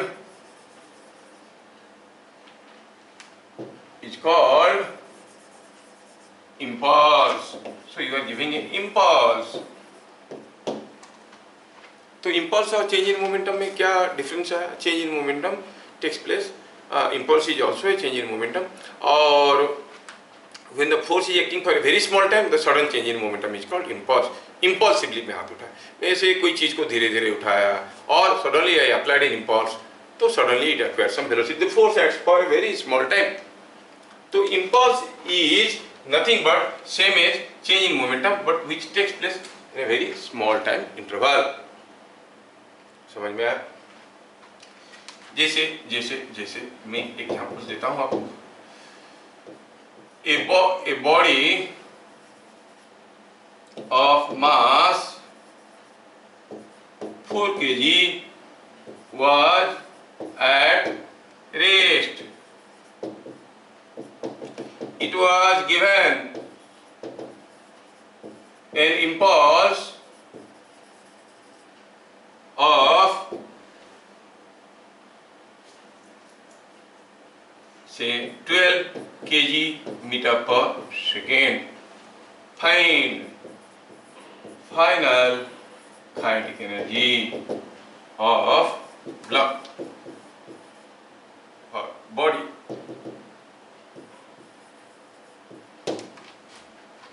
इम्पल्स दिया गया और फाइनल वेलोसिटी दे दो, लिखो फाइनल वेलोसिटी। तो इम्पल्स दिया गया है 12 kg मीटर पर सेकेंड का, तो सडनली कोई एक फोर्स अप्लाई कर दिया, इतना इम्पल्स दे दिया, चेंज इन मोमेंटम हुआ। तो आप कहोगे इस केस में change in momentum is same as impulse, impulse is change in momentum, कोई दूसरा चीज तो है नहीं, बस सडनली हुआ है ना। चलिए इसको थोड़ा जगह बनाते हैं यहाँ पर, इसको इम्पल्स।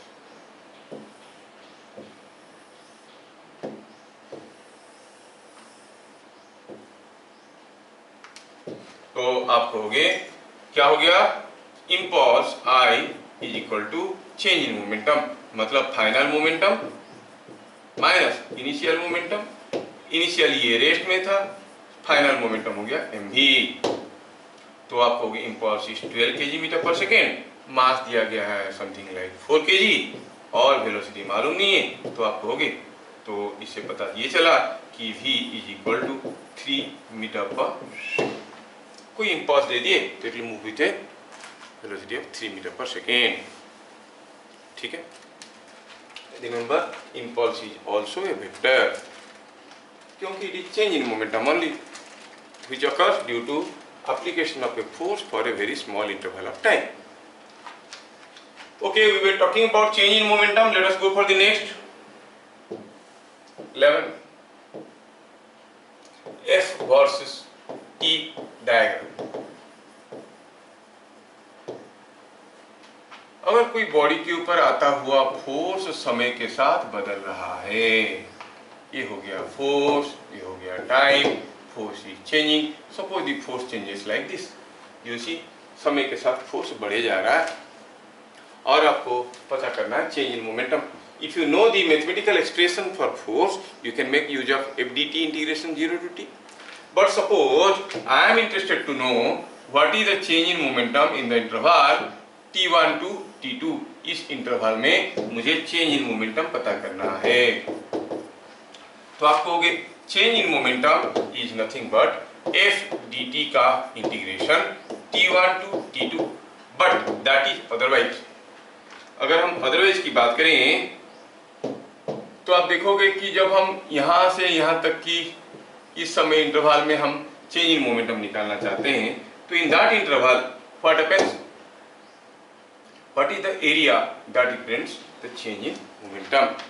क्योंकि if I go for a small time interval of dt seconds, तो अगर dt सेकेंड का छोटा सा इंटरवल लेता हूं मैं, छोटा सा इंटरवल dt सेकेंड का, तो ये जो रेक्टेंगुलर एरिया यहाँ पर बन गया that is FDT, that is a small change in momentum, so the total area is the total change in momentum, है ना।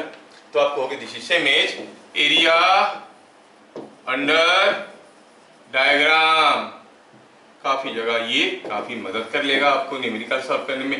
You need not go for integration और you have to go for the vectorial calculation, you can straight way find out what is the change in momentum area under the diagram. लेकिन suppose ये diagram कुछ ऐसा हुआ है, the force is changing with time, shape दिखने में कुछ ऐसा है, मतलब there is a positive area, ये negative area। When we talk about change in momentum, we don't specify whether the momentum is increasing or decreasing. Positive area means momentum is increasing, negative area means momentum is decreasing। तो हम कहेंगे positive area gives increase in momentum, negative area gives decrease in momentum। क्या बात समझ में आया?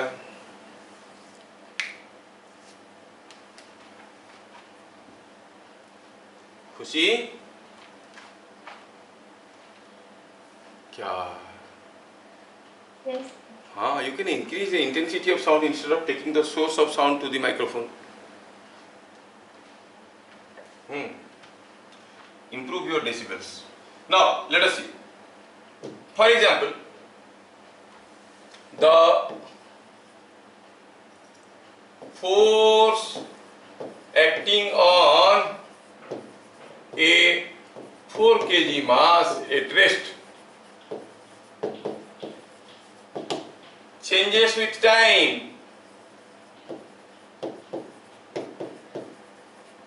as shown। Find final kinetic energy of 4 kg। कितना simple question है। दिया है कि कोई एक 4 kg मास जो रेस्ट में था, इसके ऊपर कोई फोर्स आया जो कि समय के साथ बदल रहा था। कैसे बदल रहा था? It was changing like this.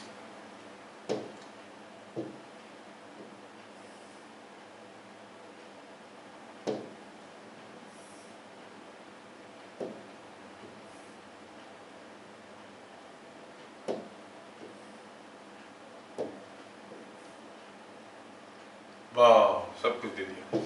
चलिए, अभी हमें ये पता करना है कि what is the kinetic energy of the mass. ये दे दिया फोर्स, ये दे दिया टाइम, ये दे दिया सपोज 10 न्यूटन, ये दे दिया 6 सेकेंड्स और ये दे दिया 8 सेकेंड्स। जगह कम है तो इसको मैं थोड़ा इधर लिखना चाहूँगा। ये हो गया 6 सेकेंड्स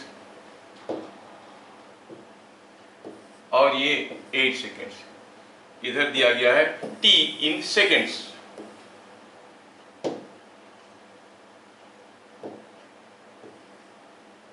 ये क्या है? t है इन सेकेंड्स है और ये f है इन न्यूटन है। पूछा है change in momentum. Body was initially at rest, remember.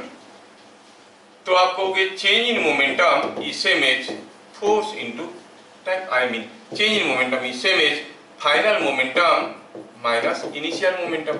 Initially body rest में था तो जीरो हो गया, so it is same as final momentum, and that is equal to nothing but the area under the diagram.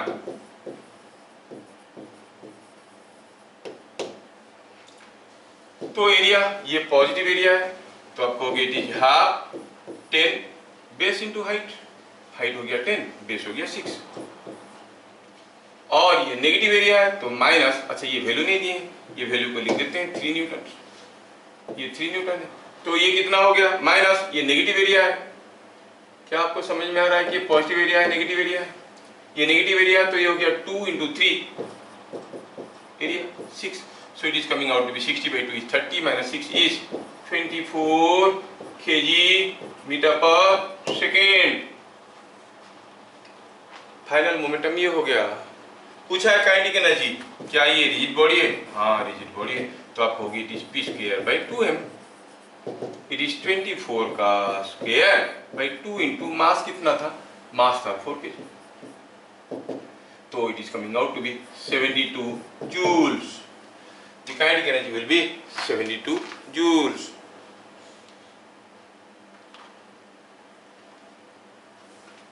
क्या हुआ, समझ में आ रहा है कि नहीं आ रहा है? आ रहा है।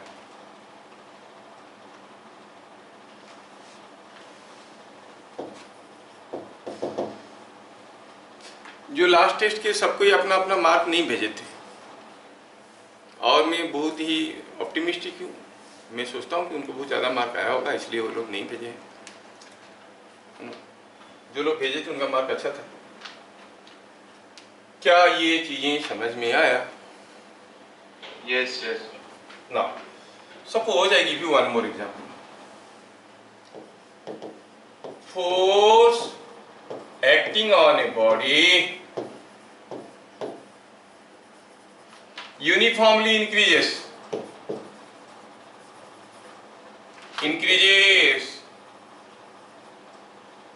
with time from 10 Newton to 16 Newton in 5 seconds.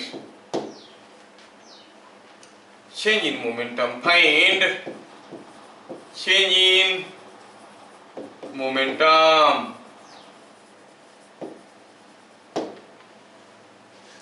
दिया है कि जो फोर्स है वो बदल रहा था यूनिफॉर्मली, समय के साथ यूनिफॉर्मली बदल रहा था। यूनिफॉर्मली बदल रहा था का मतलब होता है कि it was linearly varying with time, समय के साथ लीनियरली वेरी कर रहा था, समय के साथ लीनियरली वेरी कर रहा था। कैसा वेरी कर रहा था? दिया कि शुरू में था 10 न्यूटन, फिर यूनिफॉर्मली बढ़ते बढ़ते बन गया 16 न्यूटन, तो कभी था 10 न्यूटन और कभी हो गया था ये 16 Newton. Force was uniformly changing. कितनी समय में ये सब हो गया? ये सब हो गया सिर्फ 5 सेकेंड में। कितना? 5 सेकेंड में। यस। अब पूछा गया कि बताओ, अगर ये बात है तो बताओ कि what is the magnitude of change in momentum. आप कहोगे change in momentum is area under the diagram. क्या है एरिया? ये है हाफ, ट्रापीजियम है तो half 10 + 16 into distance between this two ends, that is 5, so it is 26 by 2 is 13 into 5 is 65 kg meter per second। क्या बात समझ में आया? Yes, yes. अच्छा, चलिए, ये था हमारा note point number 11।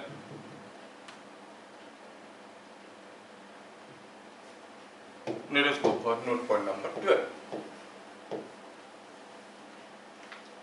Force acting on a body is changing। ठीक है, the force acting on a body is changing, और whenever a force is acting, the force may be a constant force or a variable force, the momentum तो बदलेगा ही बदलेगा।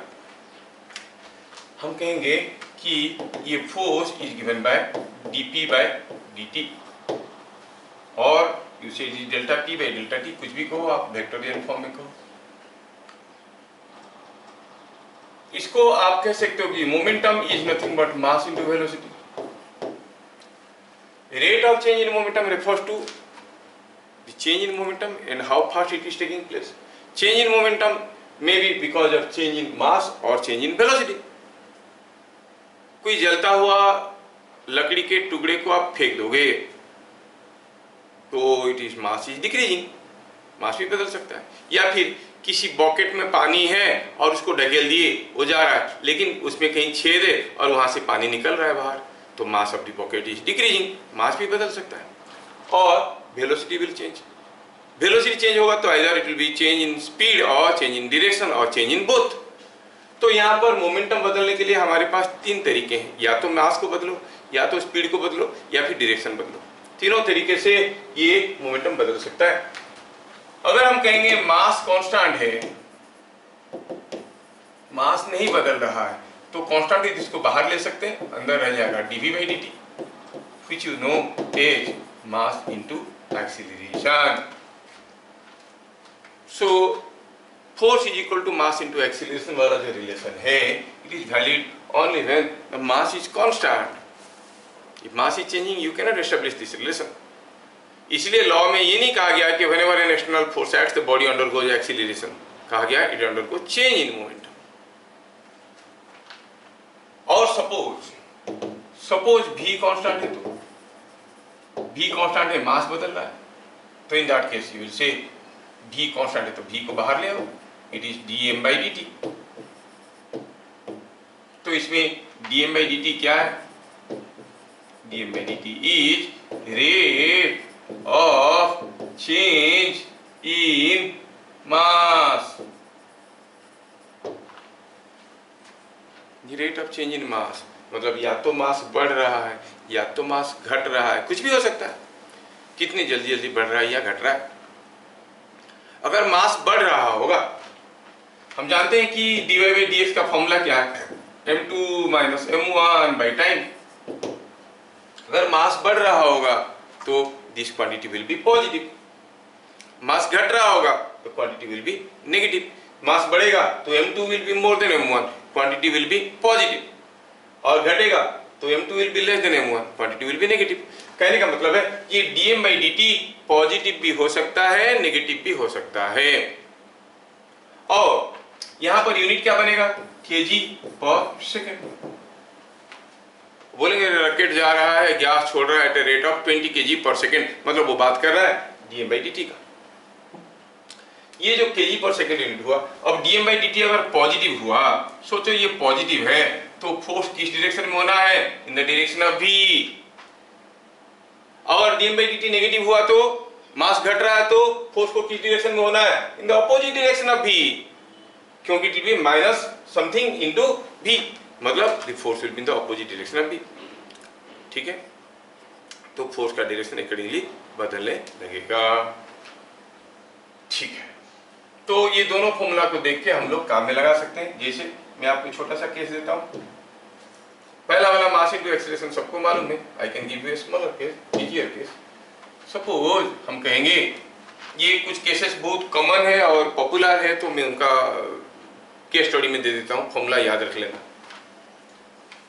Formula याद रख लेना। Suppose I say here is a pipe and this pipe is connected some source, कहीं tank के साथ connected है जहाँ पे पानी रखा है, यहाँ पे पानी रखा है, और this water is coming out, liquid is coming out. Suppose a liquid of density rho is coming out with a velocity v, and suppose this cross sectional area is a। तो जब इधर से पानी निकलेगा, अभी हम लोग पढ़े नहीं है, बाद में पढ़ेंगे, if it is a thin tube and water is coming out, the velocity of water here will be negligibly small, जबकि यहाँ पर velocity ज़्यादा रहता है क्योंकि ये क्रॉस सेक्शनल एरिया काफ़ी ज़्यादा है। तो आप कहोगे वाटर गेन से सम मोमेंटम, तो कुछ चेंज इन मोमेंटम हुआ। देखो कि जैसे ही पानी इधर से निकलना शुरू करेगा तो वाटर का चेंज इन मोमेंटम इधर इस डायरेक्शन में होगा, तो जितना फोर्स ये पाइप वाटर के ऊपर दिया, उतना ही फोर्स पानी पाइप के ऊपर देगा and the pipe will be pushed back. That is called the recoiling force. When you fire a gun, the gun recoils because it is imparting some momentum to the bullet in the forward direction, so it gives a reverse momentum in the opposite direction. तो question ये है कि if मैं क्यों इतना details में बता रहा हूँ, क्योंकि बड़े कंफ्यूजन है इसको लेके. किसी भी केस में लोग ये फॉर्मूला लगा देते हैं. हम बात करें कि यहाँ से पानी निकल के आ रहा है. Suppose you go to your bathroom tap के साथ एक पाइप लगा है. आप अगर टेप को खोल दोगे तो देखोगे पानी जैसे निकलेगा वो नीचे का जो पाइप है it will be pushed back. समझ में आ रहा है? क्योंकि पाइप का एक एंड में तो वेलोसिटी है, दूसरे एंड में वेलोसिटी वाटर का नेग्लिजिबली स्मॉल है, तभी इसके ऊपर रिकॉइलिंग फोर्स आता है, नहीं तो नहीं आएगा. मान लो कि हम कहेंगे कि कोई एक पाइप है, इसमें पानी भरा हुआ था, मैं ढक्कन को खोल दिया और पानी गिरने लगा. Will it give a recoiling force to this? No, क्योंकि every particle is coming down, there is no change in momentum of water due to the contact forces. खाली ग्रेविटी के चलते आ रहे हैं. there is no change in momentum of water due to the force exerted by the pipe. समझ में आ रहा है? तो ध्यान में रहे कि अगर किसी एक पाइप से जो जैसा आपका सिलेबस में क्वेश्चन में आता है वैसे ही लिख देंगे तो शायद आपको ज्यादा कंफर्टेबल लगेगा. A liquid of density rho comes out of a pipe of cross sectional area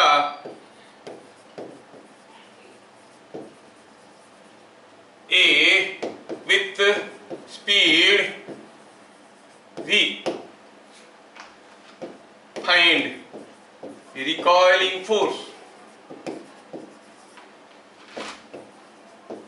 और पाइप. हुआ यूं है कि यहाँ पे कोई एक पाइप है,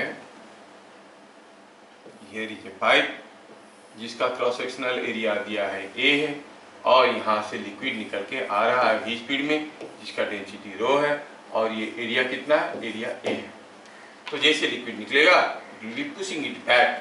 What is that recoiling force? We want to know. We know force is rate of change in momentum. The liquid is coming out with constant velocity.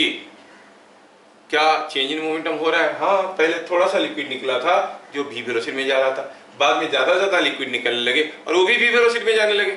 So velocity being constant, mass is increasing, so momentum is changing. There must be a force. Force किस direction में? चलो देखते हैं. Liquid इधर जा रहा है तो लिक्विड के ऊपर फोर्स किस डायरेक्शन में होगा? आप कहोगे फोर्स का फॉर्मूला हो जाएगा v dm by dt. v dm by dt.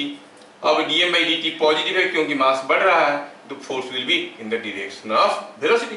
तो लिक्विड के ऊपर फोर्स इधर को आएगा. And for every reaction there is an equal and opposite direction. That is what the third law will see just after this.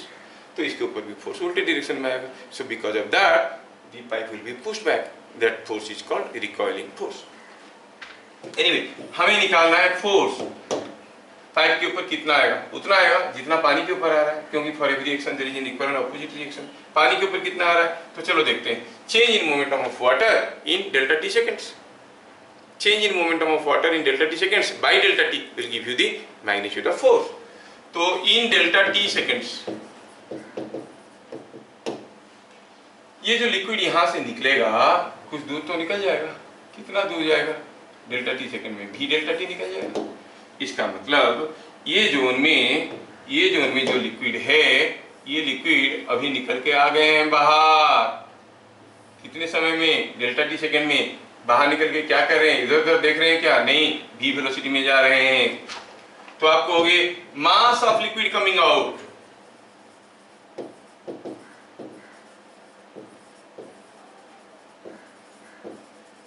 Is equal to density of liquid into volume. ये volume भाई, ये volume कितना है? Area है A और length है VDT. So it is AVDT. ये हो गया मास of the liquid coming out. इतना मास का लिक्विड आ जाएगा बाहर dt सेकेंड में.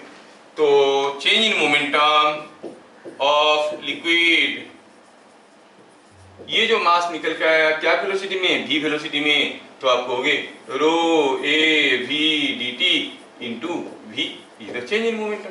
पहले इनका कोई मोमेंटम नहीं था, अब हो गया मोमेंटम, है ना। तो आप कहोगे what is the force? It is change in momentum by time, that is rate of change in momentum. क्या आ गया? Rho A v square. So the change in momentum is equal to rho A v square. याद रखना इस फॉर्मूले को, ठीक है, याद रखना इस फॉर्मूले को। हुआ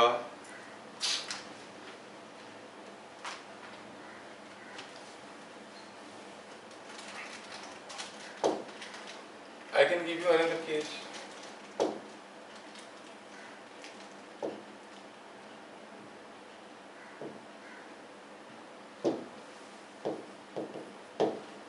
Suppose हम कहेंगे here is a heap of rope, रस्सी ऐसे रखा गया है, गद्दा है रस्सी का, ऐसे ऐसे ऐसे ऐसे करके रस्सी को रखें और रस्सी का एक एंड को पकड़ के हम खींचने लगेंगे, मान लो v वेलोसिटी में।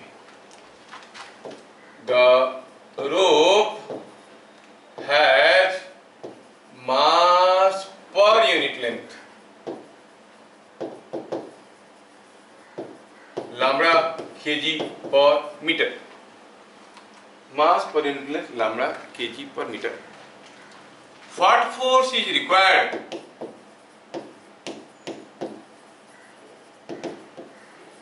to pull the rope horizontally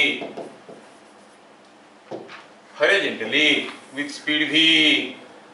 रस्सी को हॉरिजॉन्टली खींचना है v स्पीड में, हॉरिजॉन्टली विथ स्पीड v। रस्सी को v स्पीड में खींचेंगे तो जहां से खींचेंगे वहीं से निकलते हुए जाएगा। हमें फोर्स की जरूरत है। You see the rope has maintained a constant velocity but mass of the moving part is continuously increasing. Mass of the moving part is continuously increasing, so there is a change in momentum. There must be some force. What force? The force must be in the direction of velocity, because force will be v dm by dt and dm by dt positive है क्योंकि mass बढ़ रहा है, तो हमें इधर को force लगाना पड़ेगा। अब बोलोगे कांस्टेंट वेलोसिटी में खींचने के लिए कोई फोर्स की जरूरत नहीं, नहीं नहीं नहीं नहीं, कांस्टेंट वेलोसिटी में कोई सिंगल बॉडी को, पॉइंट मास को खींचने में कोई फोर्स की जरूरत नहीं है, but here the mass is changing. तो आप क्या कहोगे? कहोगे कि इन dt seconds length of the rope coming out, length of rope coming out कितना हुआ, कितना लेंथ निकल के आएगा? v स्पीड में खींच रहे हैं तो कितना निकलेगा भाई? v dt, it is v dt। Mass of the rope coming out, mass of rope coming out कितना हो जाएगा? लैम्बडा kg पर metre, lambda v dt। Change in momentum of rope, rope का चेंज इन मोमेंटम कितना होगा? पहले तो rest में था, अब ये सारा का सारा मास v स्पीड में जाने लगा है, it is mass into velocity, so lambda v dt into v।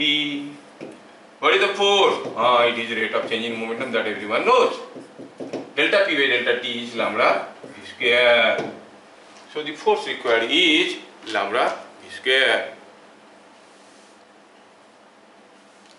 क्या बातें समझ में आया? Yes, yes, sir. Yes. ठीक है,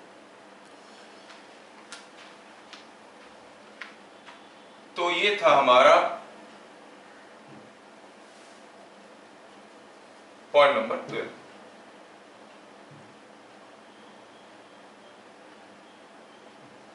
We'll go for point number 13. Interconnected system.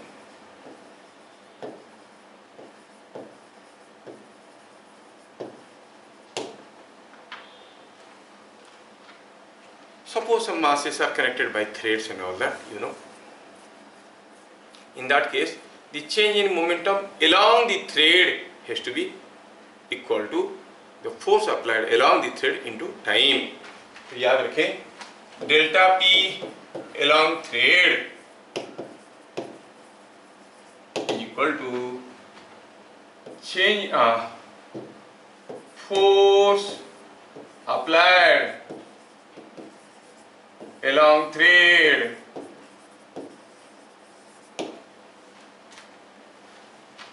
for example supposing here is a block and pulley arrangement. हम लोग वो इनर्शिया फोर्स पढ़ते वक्त एक्सीलरेशन टेंशन वगैरह रिलेटेड न्यूमेरिकल्स कर चुके हैं, तो उसको मैं नहीं कर रहा हूँ, वो सेकंड लॉ में आता है, इसको हम लोग डायनामिक इक्विलिब्रियम में कर चुके हैं। इक्विलिब्रियम स्टैटिक इक्विलिब्रियम बात पढ़े थे, dynamic equilibrium inertia force playlist में पढ़ा है, आप लोग देख सकते हो। Suppose here is A block of 3 kg and here is A block of 2 kg, और आपको पूछा गया if you allow this system to move, what will be the velocity of 2 kg after 5 seconds? ठीक है, to find the velocity of 2 kg after 5 seconds. Example है, find velocity of 2 kg after 5 seconds. तो आपके पास traditional method है कि आप acceleration निकाल दो। कैसे निकालोगे? यहाँ पर ड्राइविंग फोर्स कितना है 2g, तो आप कहोगे ड्राइविंग फोर्स 2g, क्योंकि मैं सीधे सीधे लिख रहा हूँ, हम लोग कर चुके हैं, और ये ड्राइविंग फोर्स 2g है। ड्रिवन मास कितना है? इट इज 3 + 2 5 kg, तो फिर एक्सीलरेशन हो जाएगा 20/5 इज 4 मीटर/सेकंड², और ये उतनी एक्सीलरेशन में नीचे जाएगा। 5 सेकंड के बाद पूछा है, तो velocity after 5 seconds will be u + at, u तो 0 है, और at हो गया 4 × t हो गया 5, इट इज 20 मीटर/सेकंड, ऐसे हमें मालूम है, but it kills time. Late us think otherwise. Same question को दूसरे तरीके से करते हैं।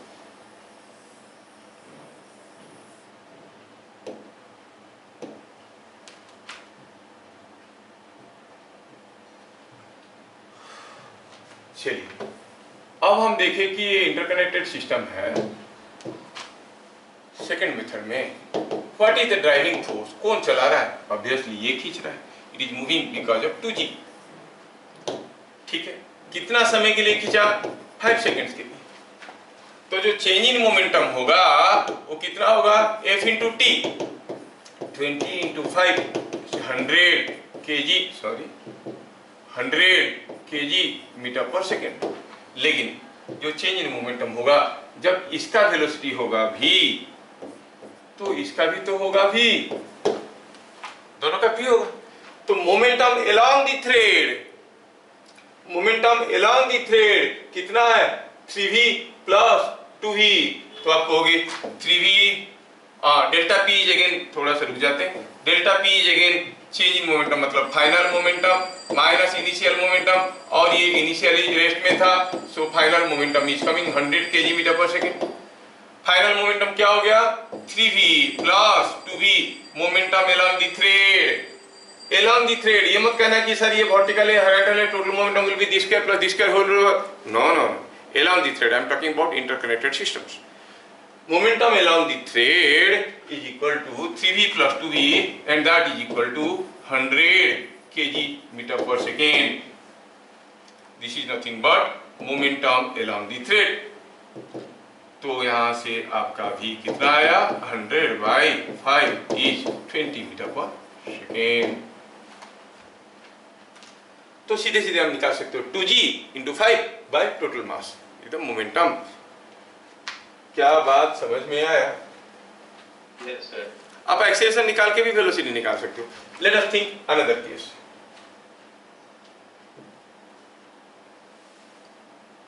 One more example, I take a simple case. यहाँ पर कोई एक ब्लॉक है, चलिए मानते हैं कि ये 2 kg का है, और यहाँ पर कोई एक ब्लॉक है 3 kg का, और पूछा है find velocity of 2 kg after 4 seconds। तो पहले हम देखेंगे what is the driving force। The force which is driving, इधर को खींचने वाली फोर्स है 3g, जबकि इधर को खींचने वाली है 2g, तो आप कहोगे it is it is 3G minus 2G. Along the thread, what is the net force?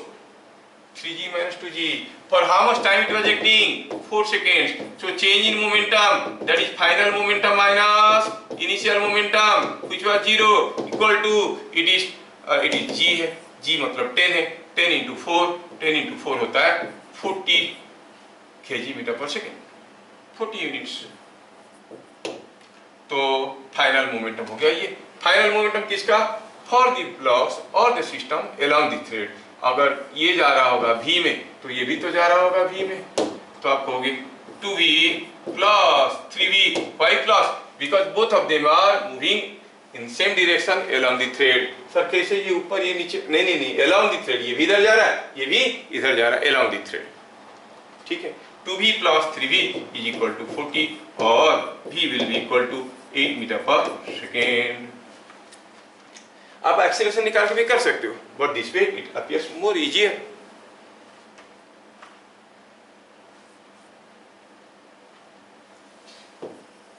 क्या बात समझ में आया?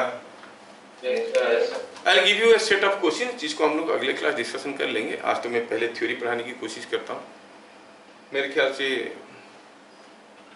my time is limited today. I have some program tomorrow. तो आज मैं ज़्यादा समय नहीं पढ़ा पाऊंगा. Anyway Newton second law is over. Third law बता देता हूँ.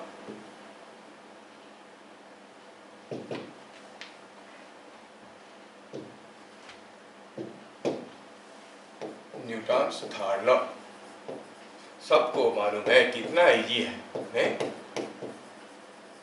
न्यूटन थर्ड लॉ क्या कहता है? न्यूटन थर्ड लॉ कहता है for every action there is an equal and opposite reaction.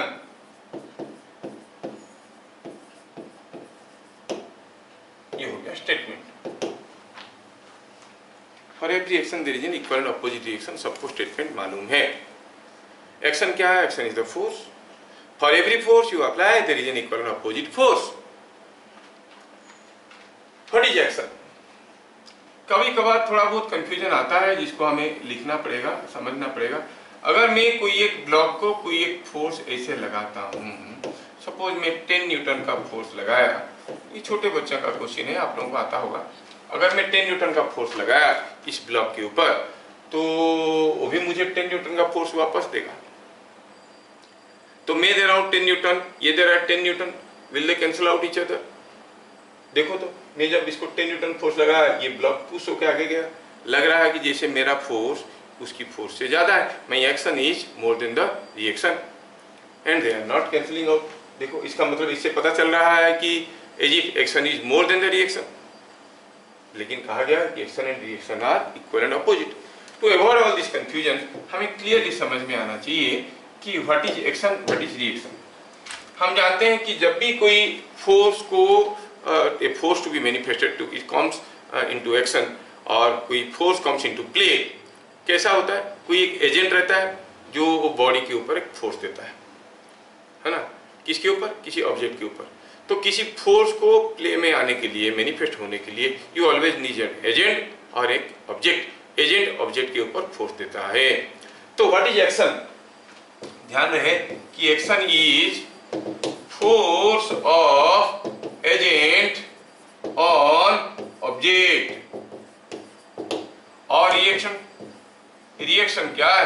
Reaction is force of object on agent. Action क्या है? Force of agent on the object. Reaction क्या है? Force of the object on the agent. आप अगर किसी wheel chair में बैठ के सामने वाली टेबल को पुश करोगे, by your pushing force the table will move in the forward direction, but by the reaction force you will also move in the backward direction, because the forces are equal and opposite. Action and reaction are equal and opposite.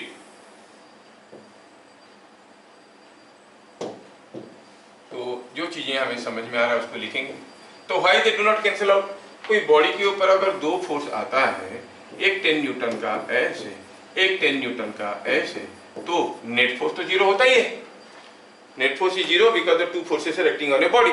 लेकिन यहां पर क्या हो रहा है, action किसके ऊपर आ रहा है, ऑन द ऑब्जेक्ट, रिएक्शन किसके ऊपर आ रहा है, on the agent. The forces are acting on two different bodies. अगर हमारे पास दो बॉडी है, एक के ऊपर 10 न्यूटन ऐसे आया, दूसरे के ऊपर 10 न्यूटन ऐसे आया, will the forces cancel out? No, so they do not cancel out. Why? Because they are acting on two different bodies. तो क्या रीजन लिखेंगे, the forces do not cancel out, do not cancel out as they act on different bodies। क्या बात समझ में आया?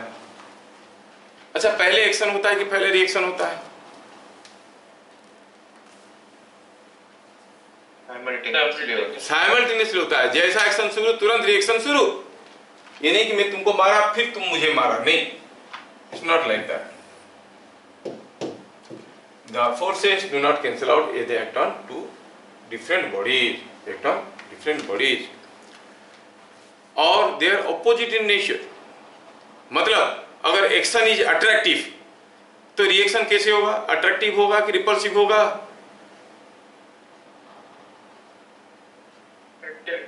Attractive ही होगा। अगर एजेंट ऑब्जेक्ट को अट्रैक्ट कर रहा है तो ऑब्जेक्ट एजेंट को अट्रैक्ट करेगा। ऑपोजिट का मतलब नहीं कि नेचर ऑफ फोर्स बदल जाएगा, ठीक है, nature of force remain same. Action and reaction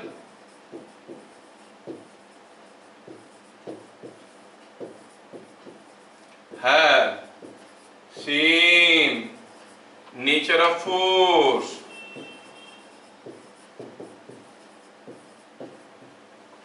मतलब अगर एक्शन अट्रैक्टिव है तो रिएक्शन भी अट्रैक्टिव ही होगा, रिपल्सिव नहीं हो जाएगा।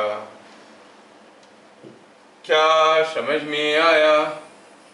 Yes sir. छोटा सा एग्जांपल लेंगे और आज की क्लास को खत्म करेंगे।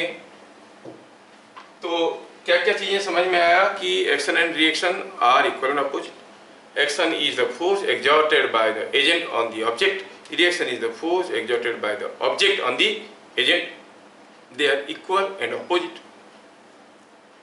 दूसरा हुआ कि they act simultaneously। तीसरा हुआ they do not cancel out each other because they are acting on two different bodies। Suppose हम कहेंगे a loaded truck and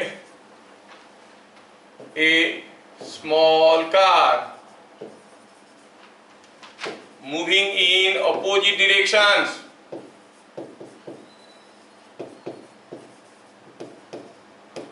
with same moving in opposite directions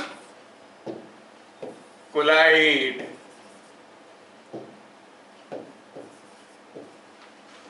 Whose change in momentum will be more?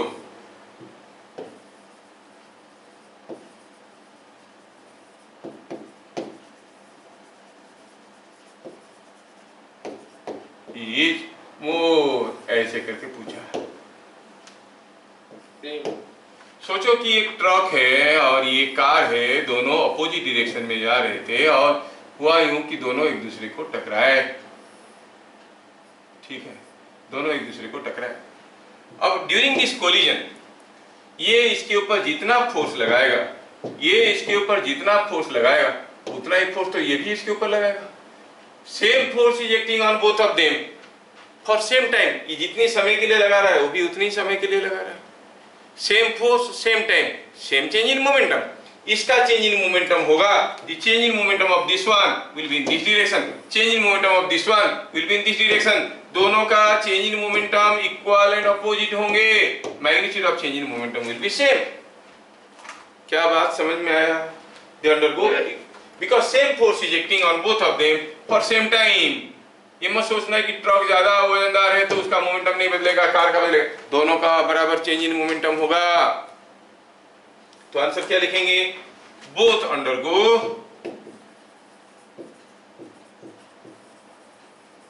Equal and opposite change in momentum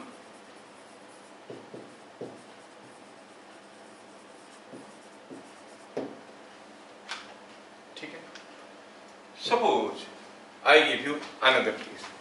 Here is a thread from which a pendulum is suspended.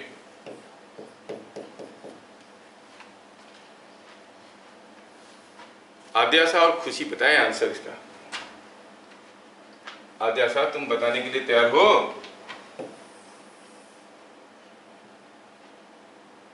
अरे हाँ या ना? देखो, if weight of bob is the action,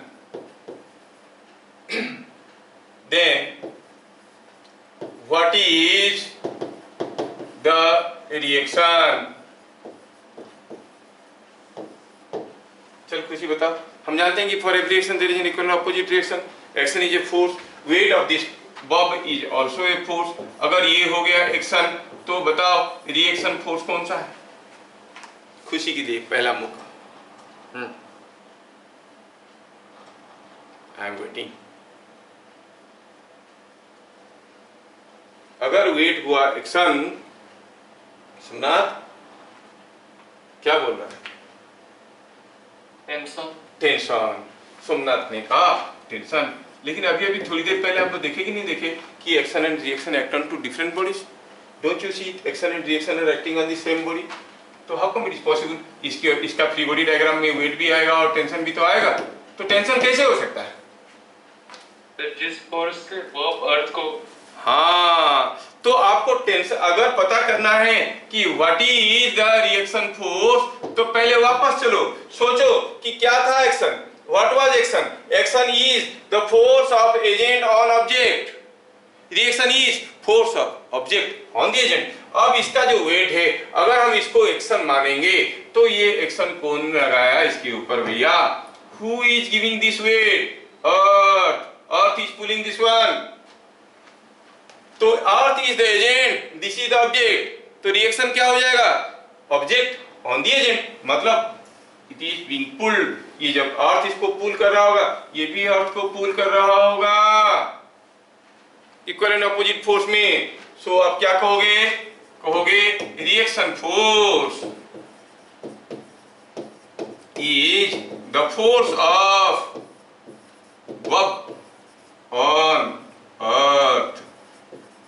क्या मेरी बात समझ में आया? ये बॉब अर्थ को कितने जोर से खींच रहा है? That is the reaction force. ठीक है. Now time doesn't permit. हम लोग फिर इसको अगले क्लास देखें. I will be sharing you some questions. आप लोग ट्राई करके आना, फिर इसको अगले क्लास करेंगे. फिर मिलेंगे अगले क्लास. तब तक के लिए जय हिंद.